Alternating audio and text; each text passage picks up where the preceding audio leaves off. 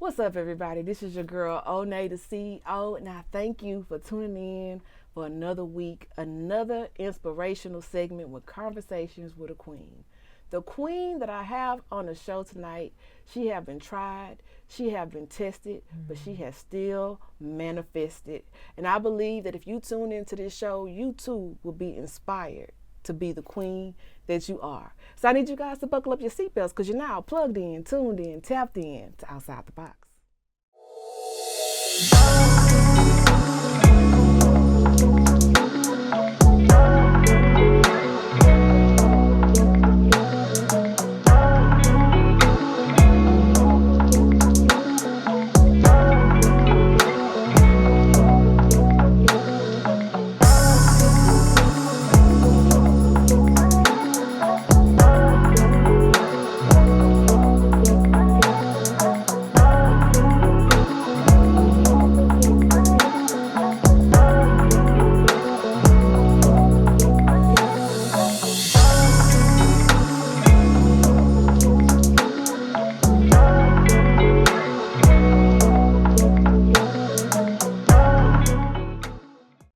Now, the woman that I have on the show tonight, she is making an impact in the community in so many ways. And I don't want to put the wagon before the horse, but I'm going to give her an opportunity to tell you all what she's doing. So I want you to give it up for Miss Julia Williams. Hey, gorgeous. Hey. Thank you for coming sit on my couch. Thank you for having me. Oh, man. Thank you.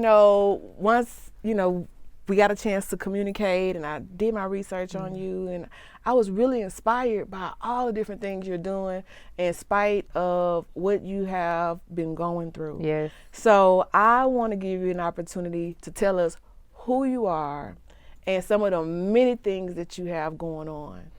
Well, I'm Julia Williams. I am now your Harris County Precinct Chair for Precinct 968. I just got elected in March, so I'm excited about that journey. I'm a mother with a blended family, of course. I'm a wife. I'm an entrepreneur, and I'm also an employee. So I wear a lot of hats. I'm also in ministry at my church in the fivefold ministry. So I have a lot going on. I have a lot to say, and I'm just ready for whatever God has next. I love that. I love that because you're so outside the box with it, and you have so many different layers to you. I tell them I'm kind of like an onion. Except I smell like fruit. Well, I know that's real. I got layers to me. I'm outside the box. Real. So where are you from? Are you from Houston? I'm from Spring. I grew up in Spring. I live in Humble now, so I've been in Houston my whole life. And for those that are outside of Texas or Houston, we have all these sub-cities we do. in Texas. So we do. She's still representing the great state. Okay. H-Town. I'm still here in H-Town. So you're currently married. Mm-hmm. And how many children do you have? So a total is 5. Okay. So with our blended family is 5. I have 4.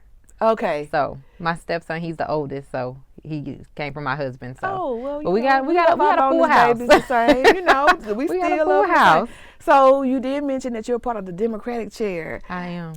What inspired that, and what exactly does that encompass? Well, for those that aren't following politics. Yeah. So I end up sitting on a mayor campaign, watching a lot of stuff that was swept under the rug, a lot of things that were just not being done.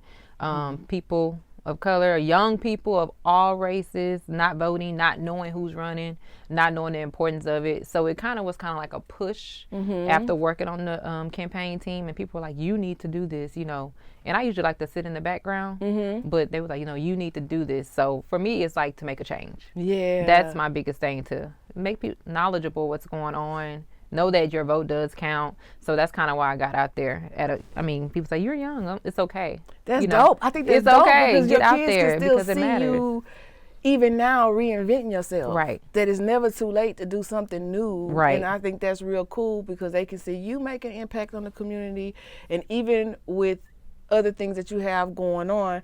Now, is there something that you wish you could tell yourself before you got married? I would say maybe, you know what? I really don't know. maybe that you were I didn't know I was gonna be doing all this. So, Yeah. you know, before I got married, I probably didn't have as much inspiration to push because I was kind of okay in my box. You know, I think getting married brought me outside my box. And that's a beautiful thing. That means you found your person. That's your kingdom spouse. Yeah. When you can be with someone that allows you to flourish in your own authenticity and doesn't require you to shrink yourself. That's right. That is such a beautiful thing. Yeah. Now, speaking of being married, your husband is currently incarcerated. Yes. So here you are, your mother, you're a business owner, you're a wife, you have all these different things, but not having him present in the home is an added factor that can kind of complicate juggling it all. So Absolutely. how do you manage all of that? Now, I think it's my faith. You know, before, I was all over the place. I was here, I was there. I didn't know what I was going to do, pulling out my hair, went through a depression stage, you know, kind of all over the place. But now I know it's a meaning behind it. It is. You know, it's a meaning behind it because a lot of stuff that I'm doing, I probably would not have been doing it if he was here just because I was that dependent. But now that he's put somewhere temporarily, I feel like I'm more independent, stepping out on myself, what I know, what I have. Right. So it's not all bad because I know he's a good person. You That's know, right. It's just everybody else needs to see that don't know him. You would know have what? to know him to They know him. don't even need to see it. In all honesty, Yeah. they don't even need to acknowledge it. If you are happy Yeah. and that man put a smile on your face and you can be your authentic self with him, don't nobody else have to accept You're right. it as long as they respect it. 100%. That's it. That's 100%. Okay, but it does take a village. Do you have a village? I absolutely do. I do. My parents, for one, my siblings, we're a big family. So it's kind of like everybody's there. Okay. Aunts, uncles, you know, you call it, you know, even church family, they become your family. Yeah, they do. So even though you used to call somebody this, now you calling them aunt this, uncle this. So everybody is like really around. You know, there's not That's so good you know, for you you. always got somebody to call on. You can drop your kids off there. You know, it ain't never a no. So it does take a village. Even at my age, it still takes a village to I love to that go so through. much for you. But you know, as we both know, there's so many families that don't have that structure, that don't have that That's village. right. And that leads me to your nonprofit organization that you started for families of incarcerated individuals that don't have that support system. So can you tell us a little bit about that? And, you know, of course, I know that the inspiration was probably because you're living it. Yes. So being firsthand, tell us about your nonprofit organization. So that is definitely the purpose. You know, I went through it, you know, and it took me up until now to figure out that I'm supposed to be doing something about it because I do have the support system, because I do have the village, and because I am okay, you know, financially with my job and things like that. But people don't have that. And everything you see out when you Google is all about the incarcerated individual. Yeah. It's nothing about the families, Family, the nothing about the kids. grandma that had to take care of the kids, the grandpa, the aunts, uncles, whoever it may be taking in the children or themselves, you know, because losing a person loses an income. You lose a lot. And it's just not emotional.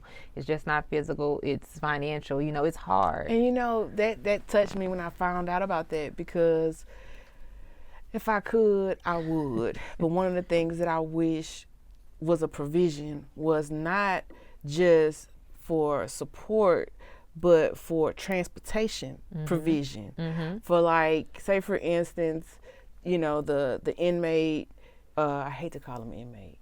I do, I'm sorry. That's what they are. Let's just say the because my son was incarcerated and I Yeah. didn't like when they called him inmate.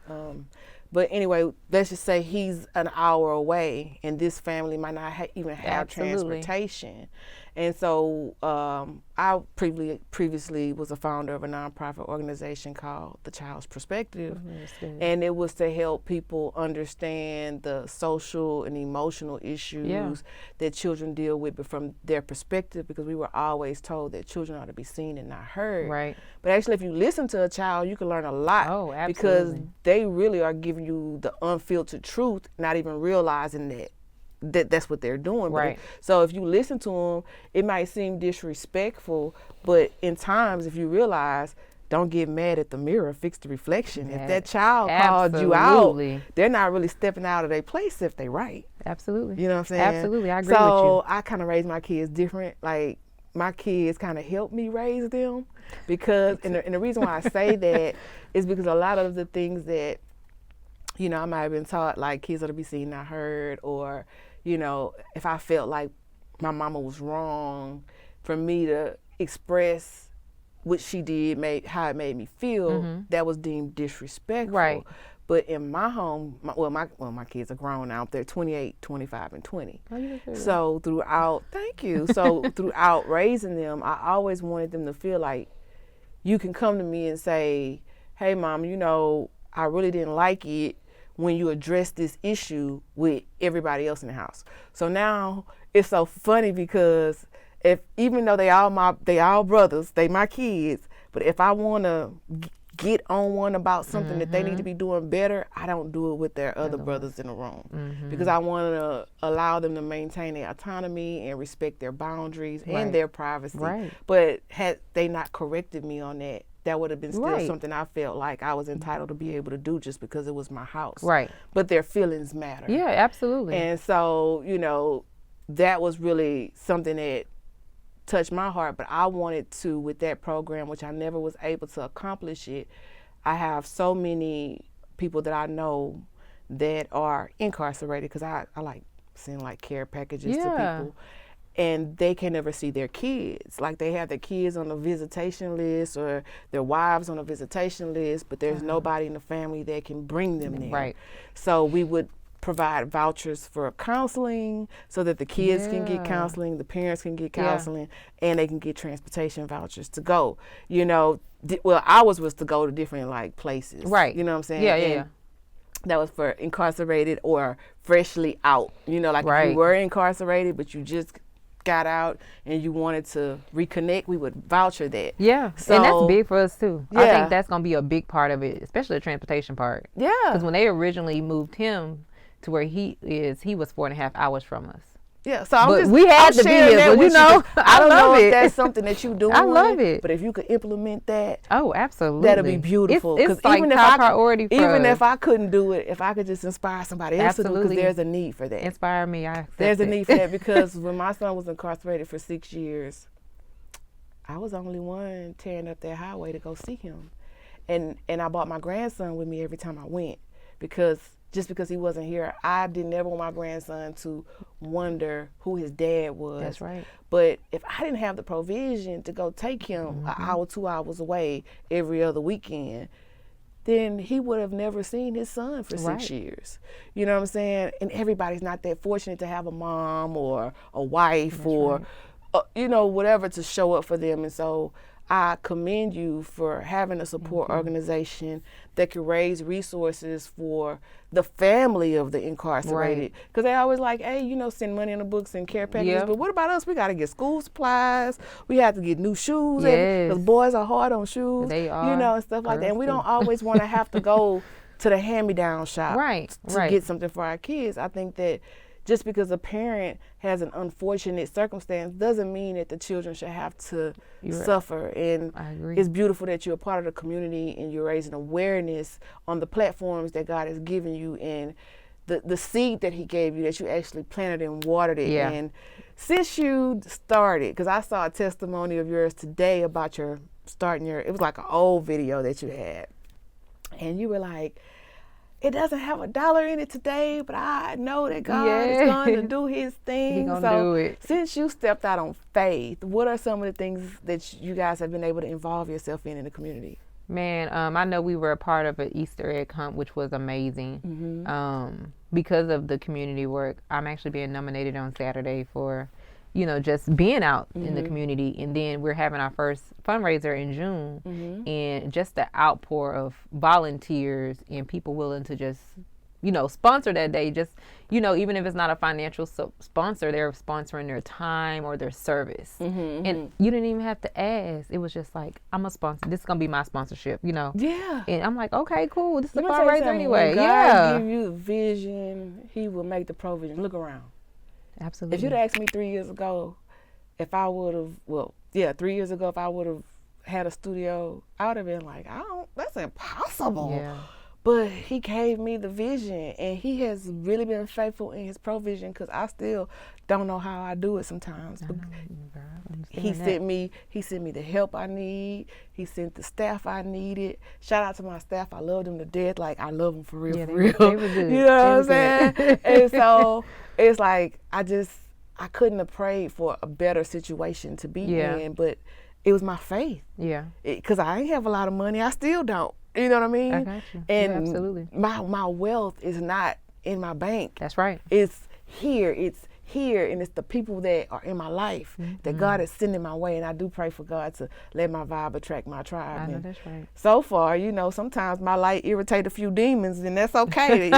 Let them run, baby. Let them run. I know that's right. Now, since you you are also a credit expert, a tax consultant, and all of that. So tell us a little bit about, is it J. Williams Consulting and Tax? Mm-hmm, J. Okay. Williams. J. Williams. Now, when did you start that?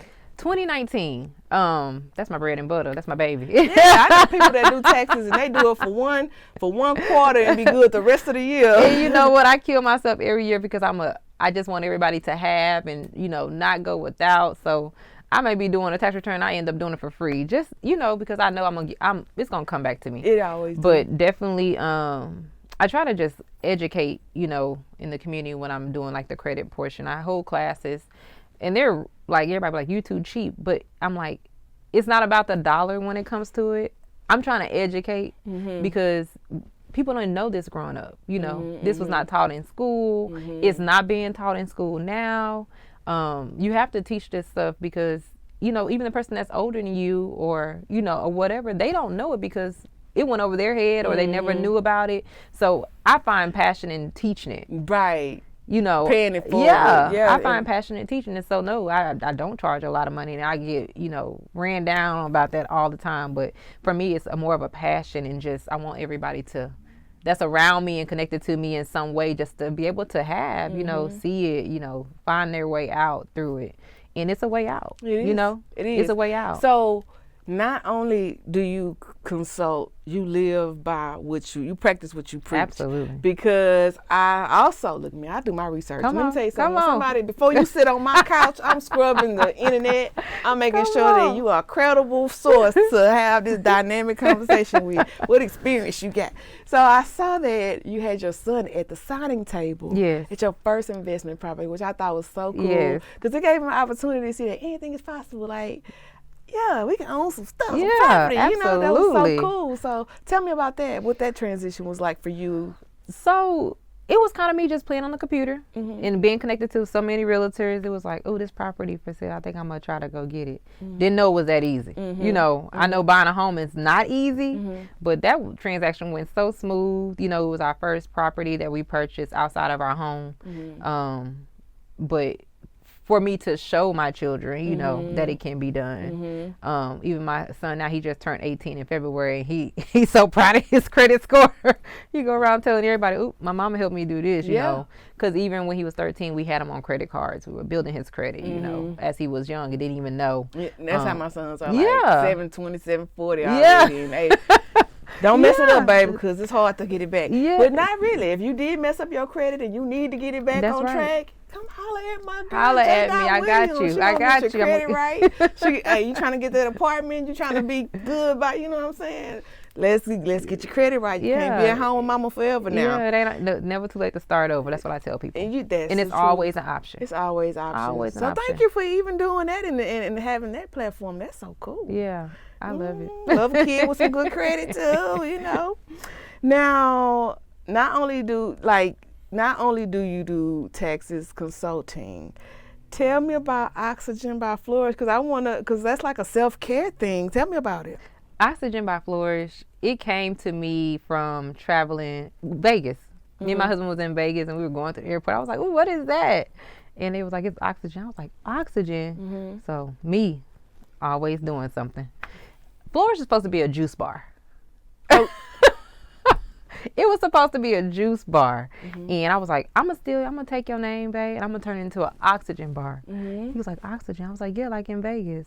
So, but what I do here, because of course we don't have the dispensaries and things like that, like they do in Vegas and in Colorado, we don't have that. So what I did here with it was I basically did my study on the more beneficial aromas, the ones that help you with stress relief, the ones that help you sleep, the ones that help you do the relaxations, the ones that get rid of headaches. So I worked on those aromas. Okay. I even tried it because I had COVID back in 2021 or whatever it was. And after that, you know, it was hard to breathe. Right. I had the machine, so I was like, my husband's like, go get on it.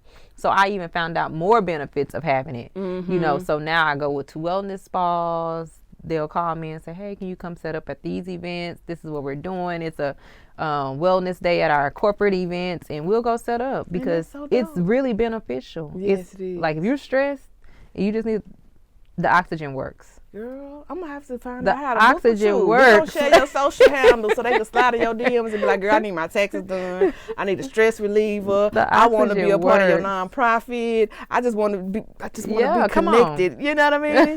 That is so beautiful. Now, your walking ministry. When did you decide? What inspired you to walk up to that podium? Were you like a PK or? You know what? I didn't become a PK till about 2-3 years ago. Okay. But I grew up in church. Like my growing up was like going to church in the morning, you're back at 3. You know, it was just how life was. But my family is full of evangelists and pastors and ministers already. Me, I was like, that ain't for me. Like growing up, I'm like, no, I want to do my thing. I don't want to have to get up every Sunday as I get older. I want to do what I want to do. About 3 years ago, maybe 3 or 4 years ago, my apostle now, she called me out. She was like, you're going to be doing X, Y, and Z. I'm like, all right. This stuff happened with my husband. It kind of led me back to, you know, the first year he was gone, like took me out. The second year, God shook me. You know, he kind of like shook me. This is what you're supposed to be doing. This is where you're going to get your strength from. And so I just kind of followed, listened, was obedient, you know, versus anything. I call it, for me, when I went through, I call it my dark night of the soul. Oh, God. Because it felt like I was mourning like a death of my reality while still being in it. Yeah. You know? Yeah. And I went through that actually after I had a divorce because I had to kind of like revamp everything. Figure out what my life was, and I didn't have the support system, and I had the people that were judging, like, girl, I don't even know that you saw him anyway, and girl, I told you, and so you're dealing with the judgment, right? You're dealing with the people that avoid you because now they realize you by yourself. They almost scared you're gonna ask for something. You know what I'm saying? Have you dealt with that? I mean, I dealt with losing friends. People, you know, the ones that were coming around when he was here. You know. Or MIA, because y'all were coming around because he was a giver. Yeah. He was a giver. That's what he did. He took care of everybody. You know, me, I'm not like that. Yeah. I'm not going to take care of you. I'm going to tell you how to help yourself, and I'm going to support you through it. I'm going to give you the fishing rod. I ain't going to keep giving you the fish. I'm going to support you through it. Yeah. But I lost a lot of friends on these journeys that I've been taking, and I'm not mad about any losses. Right. I don't have any regrets. I know who I am. I know what I'm supposed to be doing. Even with my ministry walk, people may look at me different, but the ones that know me know. And the ones that are it look there good for on you, sis. The that's ones what that I are get. really meant to be in your life will be there. Yeah. And the ones that's not meant, the trash will take itself out. Oh, absolutely. That's what I call it, the trash taking itself out. Oh, yeah. Because I know my heart. You know what I mean? And I have went through seasons of trial and tribulation. Absolutely. And I felt very isolated because I had like compartmentalized support systems. So I had some people that was able to support me in one area but really wasn't able to support me in other areas. But it was certain areas that nobody really could get me through but God, and I had to go within in order to fix it and heal and grow. And actually, when I went through the dark night of the soul and I started losing friends and I had to reorganize my life and I had to recreate myself in my late 30s because I'm in my 40s now, you know what I'm saying? But in my late 30s, and I had to recreate myself it was when I came through the other side, though, it was like, man, it was better. It was better for me. It is better. And so even though right now in my life, in this season, I am going through so many trials, I almost celebrate it because I know that I wouldn't be getting attacked if God didn't have something going for me so strong. That's exactly right. You know what I'm saying? And because of what I'm really trying to do, everybody that's attached to it is going to benefit. Oh, absolutely. And I'm big on that. My intention is so strong to Yes. be a blessing that the devil is literally trying to distract me through my kids' health, through my mom's health, through trying to manage a relationship, Right. trying to manage a career because Right. I'm a loan operations manager for an investment firm as well. You know what I'm saying? Yeah, yeah. So I'm working a career job to invest in my businesses. Absolutely, and we have to. And you know, We because I have don't to. want to owe the bank forever, I know. okay? So I'm just being honest. I want to be my own bank. No, for real. I'm And with you. so I mean, I completely get it. And those that were meant to stay are still around. Absolutely. And I don't have any hard feelings about those that None. had to go. And if I see them, it's still love. I don't, you know, I like low maintenance friendships anyway because I'm an entrepreneur and a multi-business owner. So I don't really have time to do the hookah and chill. And this big ass Yeah, it age. takes a lot out your calendar. I don't want to really, that's not really fun to me. Now, you talk about a passport stamp, you might get my attention. Oh God, Yeah, that's all I do. You know what I'm saying? I'm finna leave again in a week. You know what I mean? But you sound like me. So- my first adventure out of the country, I'm taking my daughter going with me. She somehow jumped on the plane. Okay. Since she got her passport. She the only one in the house with her passport other than me. So I'm like, oh God, pray for me. 'Cause I know she's gonna be in my pockets even though she's 22. yeah. Oh, they don't ever listen. Now don't get me wrong, my boys do kind of have me spoiled to an extent, and they'll give me stuff, and you know, I ain't got like diamonds, tennis bracelets, and purses and bags, but it's still time with Mama. Mama, I need you. Mama, do you mind? Mama, can you give me? I'll pay you back. You know, so it's like it's almost like a push pull thing, but they mine. Yeah. They mine. Yeah. And as long We as they gonna got do it. Yeah, we gonna do it. if I can. Yeah, Now, absolutely. I might not always enable you, and I might have to let you take a few L's in life because I realized that I couldn't burn myself up to keep them warm. And right. because, you know, I'm really their strongest support system, my fear was if something happened to me, would they be looking at life like a deer with headlights? You know what I'm saying? I'm big on that in my And house. so even though, like with my two oldest boys, their dad, because I have two baby daddies, my two oldest boys, their dad wasn't really present. Right. And so but my youngest son dad, he was, you know, so I had to keep my boys like in sports and stuff like that to kind of bridge the gap to have positive male role models. And so I know it has to be hard because, you know, your husband is a good father. He's just in an unfortunate situation, so he can't be there in the present. So who do you have?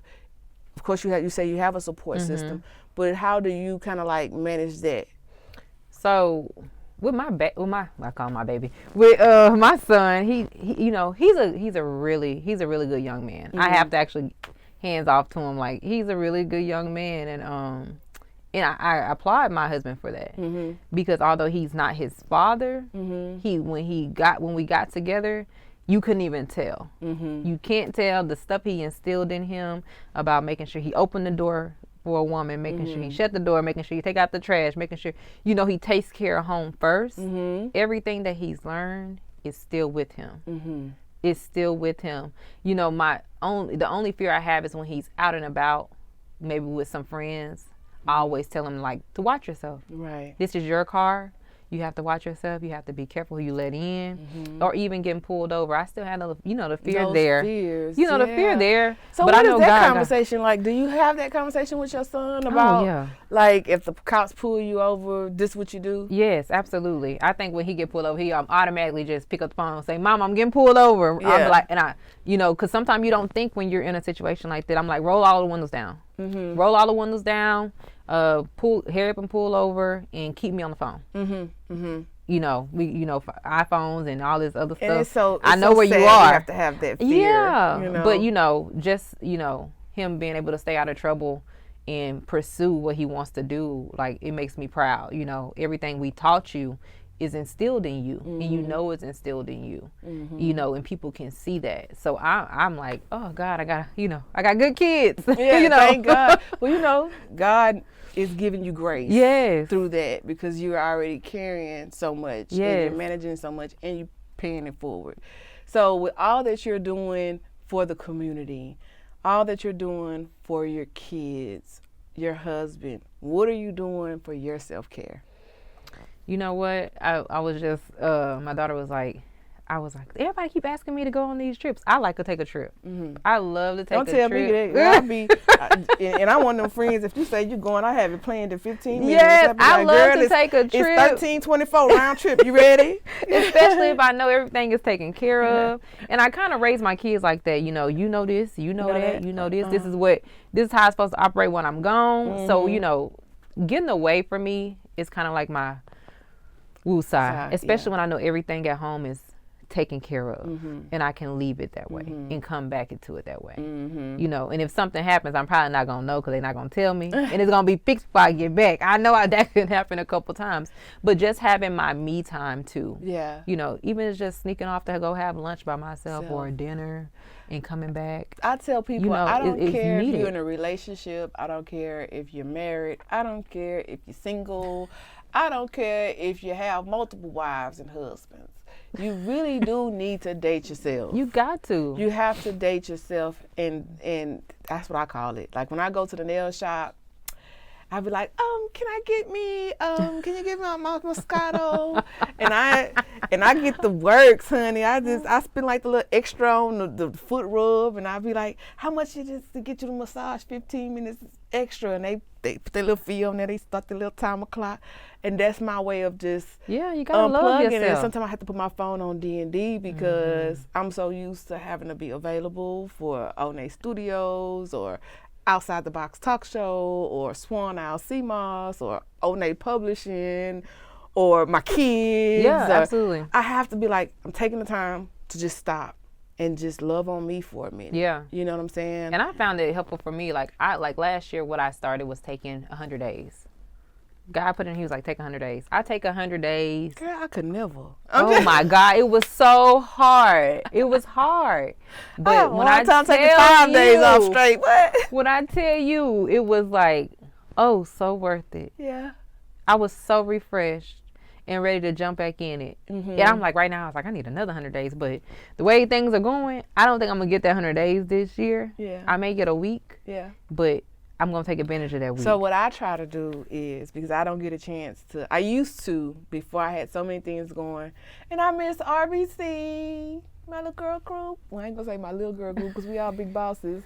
But we would, like, travel to a different city in a different state, like, once a month. Whether it was just to go out to eat, or just to go spend the night and go walk down Peachtree, or go to LA. Go sign me up.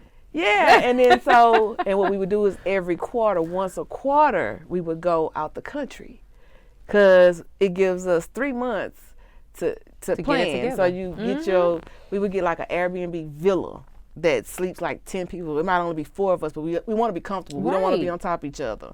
And we would all put in and have all this space and the wraparound pools, and then we would have like the chef that comes and prepare our meals for us, and we would just live the soft life. And we would do that once every quarter. Let me put that on and my that calendar. would kind of, like I put it on my vision board, and it manifested. Put that on my calendar. And traveling is really not as expensive as people think. Right.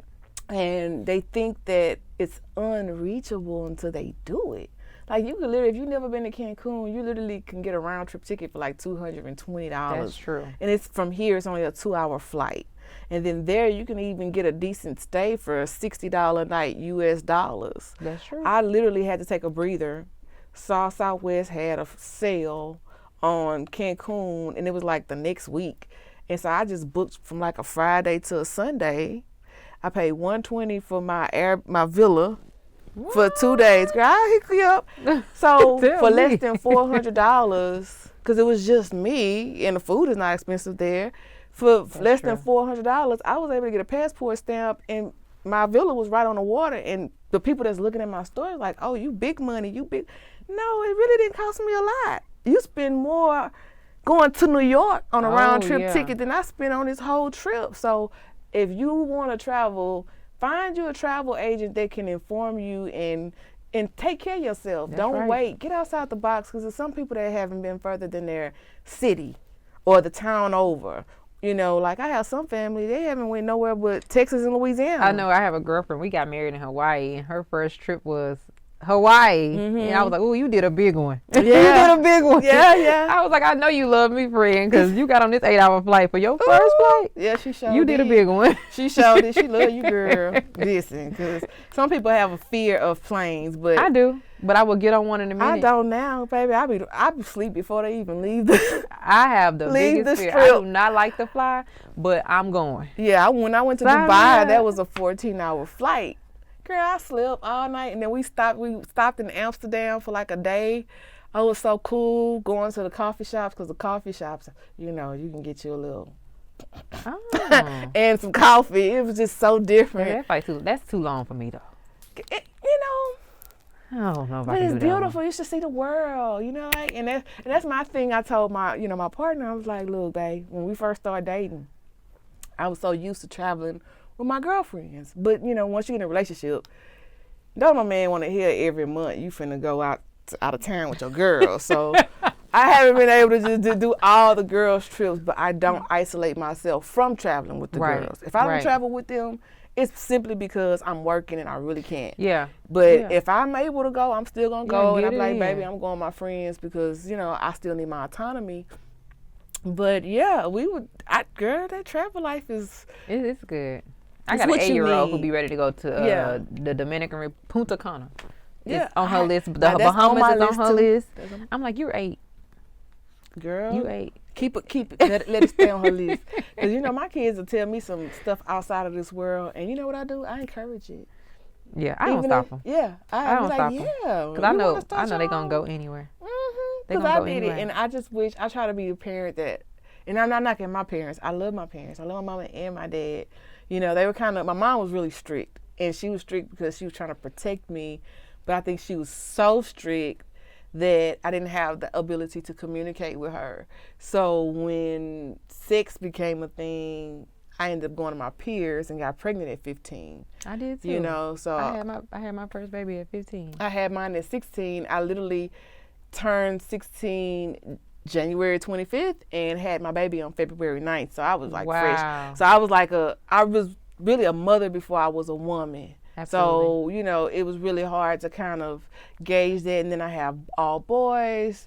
And so I can't teach them something I've never been. Right, absolutely. You know, how to be a man. And then I had a broken home because me and my first husband, we divorced and whatever that, you know, that was really hard to kind of like navigate through that. And I just thank God that I had like coaches. My kids were in AAU and football. And so I was talking about it with another beautiful queen, and my son was listening to the tape, and he's like, "Oh, mama, so that's why you kept us in sports?" I'm like, "Yeah, y'all need to you gotta keep them active. You gotta have some male role models, because I couldn't teach you how to be something I never been. The only thing I can give you is a good moral code, that's right, and hope that you do it." And I used to have this thing where when I was in the bathroom doing my makeup and stuff, they wasn't allowed to be in there when I was doing my girl stuff. You know what I mean?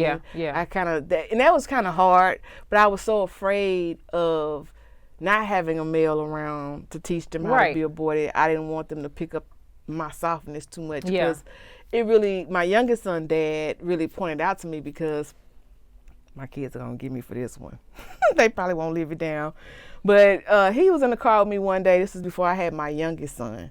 And I had Beyonce, because I was a big Beyonce fan, right? So I got her music playing.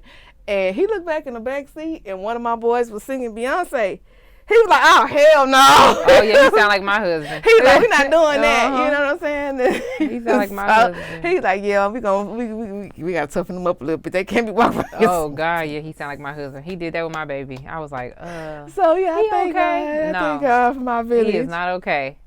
Now, since you've been in ministry, have you went through like a season of isolation? Yes. And what did that look like for you? I think I'm really just coming out of it. Mm-hmm. I just didn't want to be bothered. Mm-hmm. I wanted to understand what I was going through. Mm-hmm. I wanted to understand like what I was doing, Mm-hmm. you know, what thing, you know, not that you have to like, that's what I tell people a lot. Like, they be like, wait, you're out, you having a glass of wine? Absolutely. They drink wine in the Bible. God says not to get drunk. Right. Don't get drunken. Right. I never had an alcohol problem. Yeah. So he wasn't talking to me. Right. I never had that problem. And people will project their own issues on you, especially if they are intimidated in any kind of way. And they might not even identify it as an intimidation. Right. But technically, that's what you're... But yeah, I feel like I'm coming out of it. But like, I mean, life has changed, but life has changed for the better. Yeah. I see everything that he is holding for me. I see everything that he's pouring down on me. You know, I know this is, like, I can feel in my spirit, like, this is just the beginning. So now that I came out of that isolation, understanding, like, my purpose, what I need to do, I feel like my discernment is so strong. I was going to say that, you know, isolation for me, it helped me be able to hear God's voice. Because when you're in the middle of a lot of turmoil and a lot of different things are changing at one time and you're being attacked in different areas, like say I might go talk to my mom about something and she'll give me her take, and then I might talk to my dad and he'll give me his take, and then it's certain things I do talk to my kids about and they'll give me their take, you know, because it matter, their feelings matter too when I'm making life-changing decisions that affect them. And even if I had good girlfriends that I would be comfortable enough to be vulnerable to share certain things with, and even though they were giving me advice from their perspective, it might not have been advice for me, like that God had for me. But because that's why I say venting is for fools. You're not supposed to go and talk to everybody about what you're dealing with. So what happened was when I would try to make a conscious decision, I couldn't, because I was hearing everybody else's voice. And their voices were so ingrained in my mind that I couldn't hear God's voice. His voice became faint because it was overshadowed by all these other voices. So I had to isolate and pull myself back and really reevaluate, what did I want from me? Because for so long, we do want to make our parents proud. We do. You know? And absolutely. My mom, you know, she wanted, I was taught to get you a good career job so you could support your family, you know, and I have a good career job, but I wanted to be a business owner. I was the girl that had all the big dreams that people couldn't fathom, you know, and they would look at me like I was crazy, like, huh? Yeah. Like, what? Yeah. You know, so shout out to all the people that doubted me. I love y'all too. But no, seriously though, no shade, but it happens because people can only view you from their level of perception. That's right, their level. Their level. It's just like if you ain't never been nowhere but to Opelousas or New Orleans, you can't tell me nothing about Dubai, Belize. Right. You can't even tell me what their culture is like.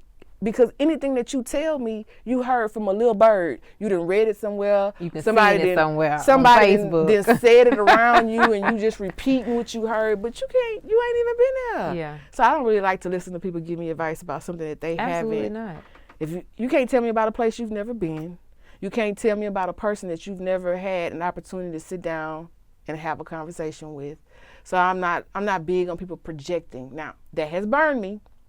Because you know how people will come and warn you about, hey, you know, I just want to let you know, watch out for so-and-so.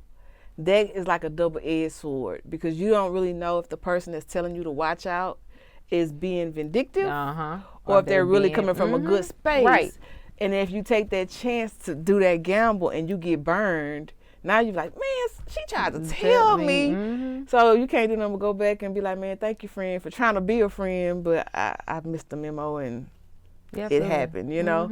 So that goes back to me asking you, do you have a good friend group established? And that doesn't have to be a lot. It could be two. It could be one. I got about 5 friends. Me too, girl. I can count on one hand. I got about 5 friends. You know, that I can, you know, I have a bunch of friends. You know, And it's so crazy that a majority of my friends are people that I've grown up with, and I may not even talk to or see. Because we have lives going on. I know, right. But when we get together, it's like it never left. You can't tell we're not sisters. Right. You know? So it's not, I don't have to talk to them every day. They don't have to acknowledge me, but I know they're going to support me. I'm going to support them. And like I said, when we get together, it's like we've never been apart. No matter what we're going on in life, it's like, those are people I call my friends because they're like my sisters. And we all need those people in our lives. And if you don't have a good support team, then that means you should get out. Because I'm one of the people that I'll travel solo.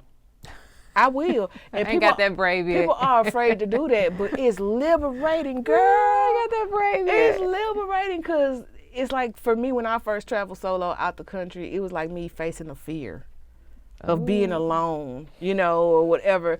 And if you're the type of person where you always need to feel, because I had to heal from needing to be needed. And really what it was is I needed me, but I was Band-Aiding it by being there for everybody else and not dealing with why I felt the need to save everybody when I needed saving. Yeah, and I say that now, but I think I would. I think I could do it, honestly. It depends on, I don't know, it depends on how long I'm going to be there. Yeah, because I think that if you're traveling alone, anything longer than 2 or 3 days, it's like, But I'm a life of a party. Any room I walk in, I have never met a stranger. I'll walk up to you and be like, girl, where you get that? Where you get your hair from? I've been trying to be a little more like that because, you never know who you're going to come by. Listen, you never know who's in the room with you. You never know who you're talking to. And I had to learn that. Like, you don't never know who you talking to. You never know. And sometimes it might be the person that can help you connect you to your next blessing. But part of that is the art of showing up. Yes. So I want to thank you for just showing up today. Absolutely. And just let me just kind of pick your brain. And I'm excited. Pull some layers back so people will know you're more than a lady that, from the district chair. Yes. You're more than a minister, and you're more than a business owner, and you're more than just a mom. You're completely outside the box. You have all these different layers. And you're walking in your purpose. And you're living in your greatness despite whatever challenges are coming your way. And so that's inspiring because people don't know that women like us deal with things like that. Absolutely. They see us and they like, oh man, she living a good life. She got the big old house and she driving a nice car and da-da-da-da. And they might not know you done had a whole season of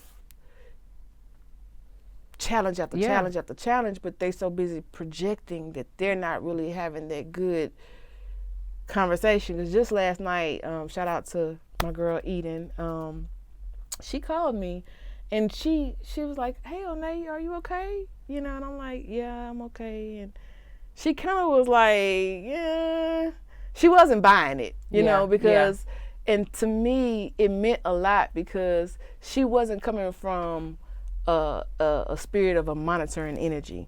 She was really coming from, Onney, if you're not okay, just say it. I'm coming. And real, like, I could feel it, that it was authentic. And we need those type of people in our life. And you may just have that one. And it's I got really that big one. on having she'll quality come around over the quantity. corner on me and say, your voice didn't sound right on the phone. She has done it. So shout out but to I her. appreciate it. Yeah, we all appreciate Portia, it. thank you. Yeah, shout out to Portia.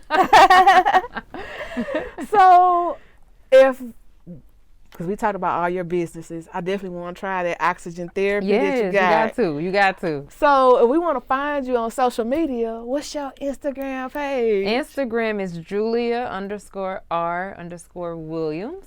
Okay. And I'm on Instagram. Everything else is linked to me. J.Williams, Oxygen by Flourish.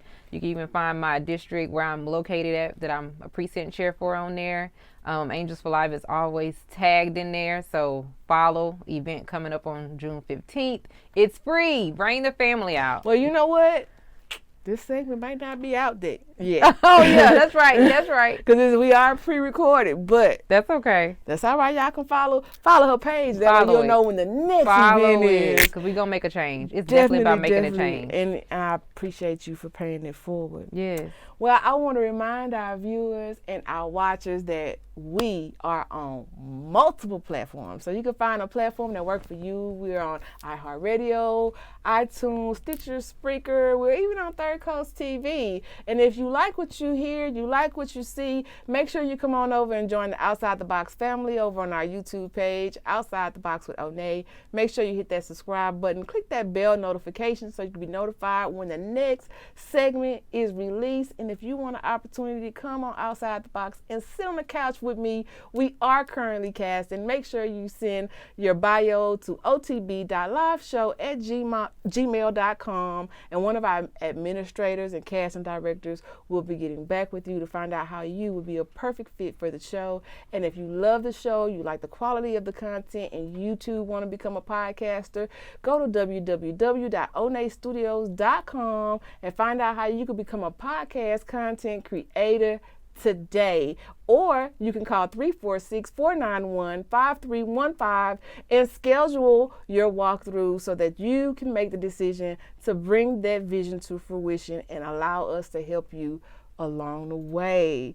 I want to thank you again. Thank you for having me. Thank you for having me and having the conversation. Jesus, because people don't want to talk about it. They don't want to talk about that, and then so thank you. It's the ugly side of beautiful. Yeah. You know what I'm saying? Because, and that's why I tell people, I have been broken, but I'm like a beautiful mosaic now. Absolutely. Because when I put all those broken pieces back together, they're all so colorful now that it looks like art.